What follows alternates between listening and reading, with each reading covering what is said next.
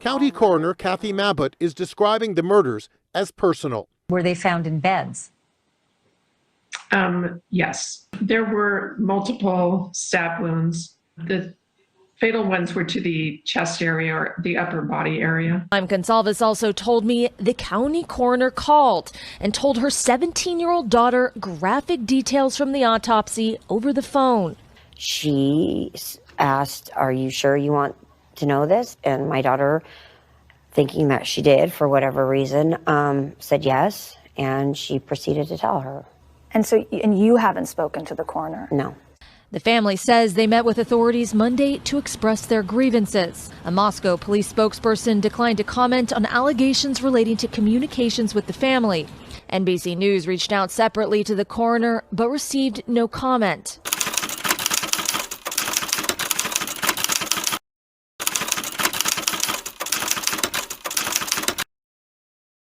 Sir, when was the last time you talked with law enforcement about the case? Well, we just had a vacation. Law enforcement told me that they were going to drop off a little bit and not to expect the same type of communication that I had gotten before. They passed it on to another person. So basically, long story short, it was Wednesday, 5 p.m. was the last time that they reached out to me. So, yeah, that's rough. Sir, what are they telling you? They're kind of just telling me that they can't tell me much, which is frustrating to me because I've been very trustworthy. I do know things. I haven't shared things. We're the same family that found the original timeline. We're the same family that broke into the phones. We tried everything in our ability to try to get into this system because a court order is not the fastest thing. So we broke in and we did what we did. We know that we have some family passwords that we all share. So we broke in and we helped them.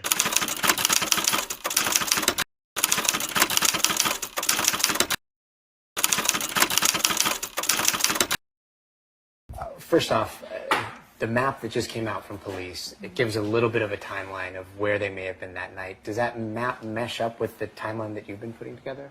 Yeah, I'd say it's very close. I'd say if you have any closer details to kind of hone in, 145 could be very vague. Maybe it's closer to, 150. Let us know if you have anything concrete. Because right now... In terms of the details, you said it's close. Mm-hmm. Does that frustrate you that it's close? I do, but right now we're still trusting authorities that, it's not going to be 20 minutes here or 15 minutes here that's breaking this. But yeah, I implore everyone, if they know something different, bring it to the police, because if they want to tighten up that timeline, we stand with that. Your family's been frustrated with the investigation so far, understandably so. Here we are a week and a half out, and really not much information about this, does not appear to be a suspect. Tell me, Alivia, what specifically you've been frustrated with, because you did your own work here. For instance, you found video of the food truck, for example, where two of the victims were seen the same night as this killing. Yeah, I would say, I think that obviously this is extremely personal for us and we treated it that way from the very get-go. I know how valuable those first 48, 72 hours are. And I can only hope that the police also know how valuable that is and that they have a lot of information there that just isn't public right now. I will say the one lingering frustration I have is the timeline. I know it's semantics, but my sisters got home at 1:56. It wasn't 1:45. I know it might not seem significant, but when we're looking for camera, when we're looking for dash footage, when we're looking for any of those things, I do feel it is valuable, and they did get home at 1:56. It was not 1:45.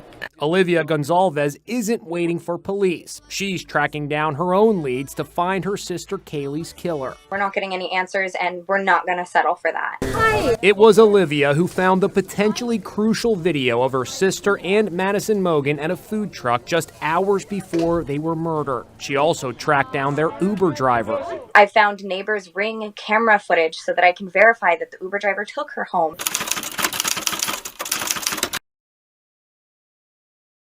We're just left in limbo. This morning, Kaylee Goncalves' parents sharing exclusively with GMA never-before-seen pictures and videos of their 21-year-old daughter. This is a type of, you can like season with these. I can't really season with them, but you can cook with them. Yeah, I know that's in front of the tower. Yeah. This is in front of the University of Idaho Tower. The family still waiting on a full digital copy of Kaylee's phone from authorities. These are the last moments of your child's life, and you're sitting here fighting with somebody who just doesn't care. They were able to collect some of Kaylee's belongings from the university over the summer, which raised concerns for them about how well possible evidence was processed, including a trash can from Kaylee's room that was full and appeared untouched. We opened it. It was a little squeezy applesauce thing like you would give to like a toddler. Yeah. It did not appear to have been gone through. Police saying they had gathered more than 100 pieces of physical evidence from the scene, along with some 4,000 photos and 3D scans of the residence. Still, frustration mounting for the family over what they consider a lack of communication and a rush to tear down the home on King Road. Kristy describes for the first time how Kaylee was found. It's my understanding Kaylee was kind of sitting up. Yes. And had fought. Yeah. And the way that room's put together, if you come through that door, you can't get out of that room. Completely, totally trapped. Yeah. You're in a bed. Tiny room. The bed was the entire room. You could barely open up the door without swiping the foot of the bed. And it was wall. You know, the headboard was up against the wall. The side where Kaylee was on was up against the wall. And if you can imagine Kaylee in an upright sort of position, up in the corner, slumped. I mean, she was trapped. The home on King Road was torn down in the pre-dawn hours of December 28th.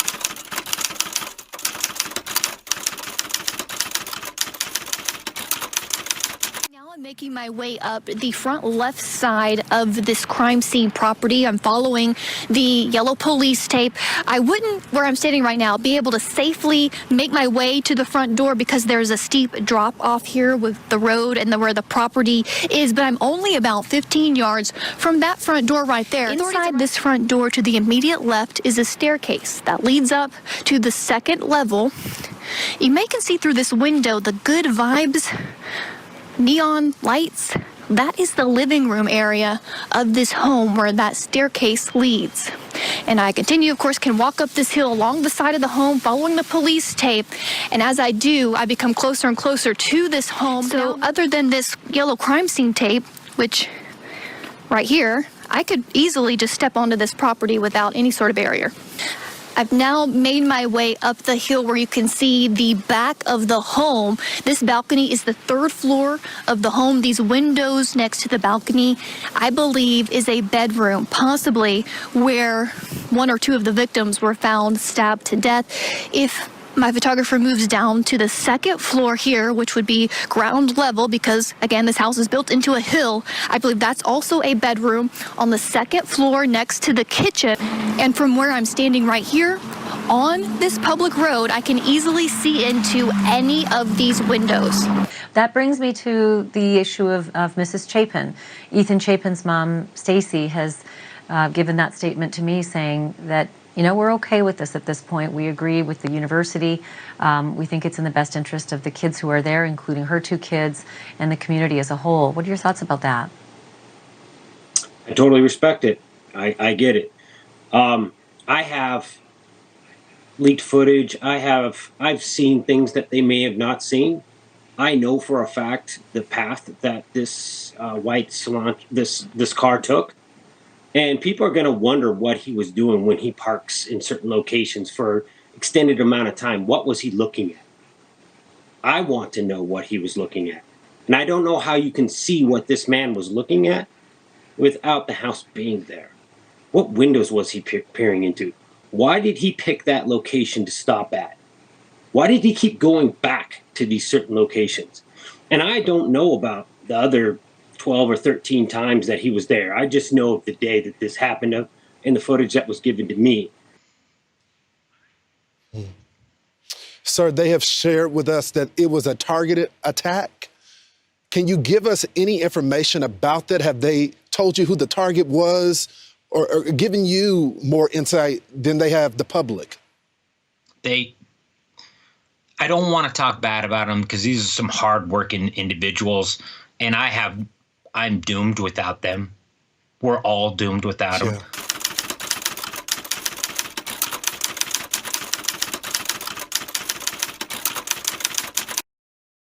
Opportunity to speak to some of my sources, and I've been told that there were differences in the way that the victims were killed. Some were more severe than the other. And this week we heard the target attack walk back and then reverse her back to it being a target attack. What can you tell us about the targeted attack? They have told us that it was targeted, but they told us they can't tell who. We asked specifically, and they said, we'll try to get that information to you. And they got back to us a day or so later, and they said, we're sorry, we can't give you that information. But then a day later, we saw in the news that it was not targeted, or they think the whole house was targeted. But I'll cut to the chase. Yeah. Their means of death don't match. Maddie's and Kaylee's cause of death, it does not match based on the autopsy report. They don't match. Would indicate that one of them He doesn't have to may go have up been the target. steps. Let's stop playing games, guys. I need somebody to step up and be an alpha. Be somebody to be a leader. Don't make me do it. I don't want to do it. He doesn't have to go up the steps. Their points of damage don't match. I'm just gonna say it. It wasn't leaked to me. I earned that. I paid for that funeral. I paid for that. It's my right. You ain't taking that from me. Calm down. If you don't want to say nothing, that's your bet. But don't say I'm leaking anything. I paid that bill. Steve says the coroner told him the killer's rampage started on the 3rd floor, where both Maddie and Kaylee had their bedrooms. Kristy thinks he wasn't expecting to find the two friends together in the same bed. I do think that his plan went awry. I do think that, he intended to kill one and Police saying they had gathered more than 100 pieces of physical evidence from the scene, along with some 4,000 photos and 3D scans of the residence. Still, frustration mounting for the family over what they consider a lack of communication and a rush to tear down the home on King Road. News Nation witnessed investigators removing several items from the victim's home, including what looks like to be a bed frame and a mattress covered in bloodstains. Now, the judge in this case approving the defense team's request to preserve the crime scene for several more weeks. News Nation's Robert Sherman is live for us on the ground in Moscow. And to explain what all this means, Robert, what can you tell us? Good evening to you, Kelsey. And when you think about it, for weeks on end, we did not have a suspect in this case. That has since changed, and now Brian Koberger's team will have the opportunity to examine that scene for themselves and put together their own defense. New activity at the home where 4 University of Idaho students were murdered, as investigators removed mattresses and furniture outside and carted them away. After weeks of seemingly little movement in the case, the process is now picking up.